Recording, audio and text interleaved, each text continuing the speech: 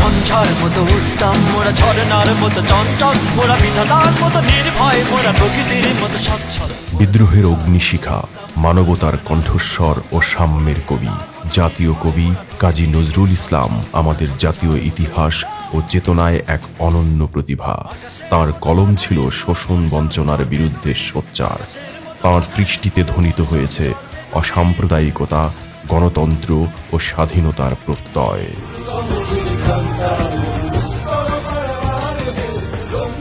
জাতীয় কবি কাজী নজরুল ইসলামের এই জন্মজয়ন্তীতে বাংলাদেশ জাতীয়তাবাদী দল বিএনপির পক্ষ থেকে গভীর শ্রদ্ধা জানাই। তার বিদ্রোহী চেতনাই আমাদের অধিকার আদায়ের লড়াইয়ে আজও পথ দেখায়।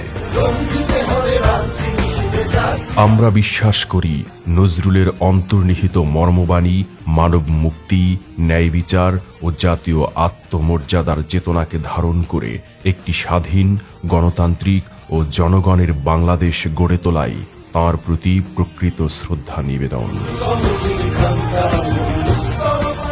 মহাবিদ্রোহী রণক্লান্ত, আমি সেই দিন হব শান্ত, যবে উৎপীড়িতের ক্রন্দন রোল আকাশে বাতাসে ধ্বনিবে না, অত্যাচারীর খড়গ কৃপাণ ভীম রণভূমে রণিবে না। বিদ্রোহী রণক্লান্ত, আমি সেই দিন হব শান্ত।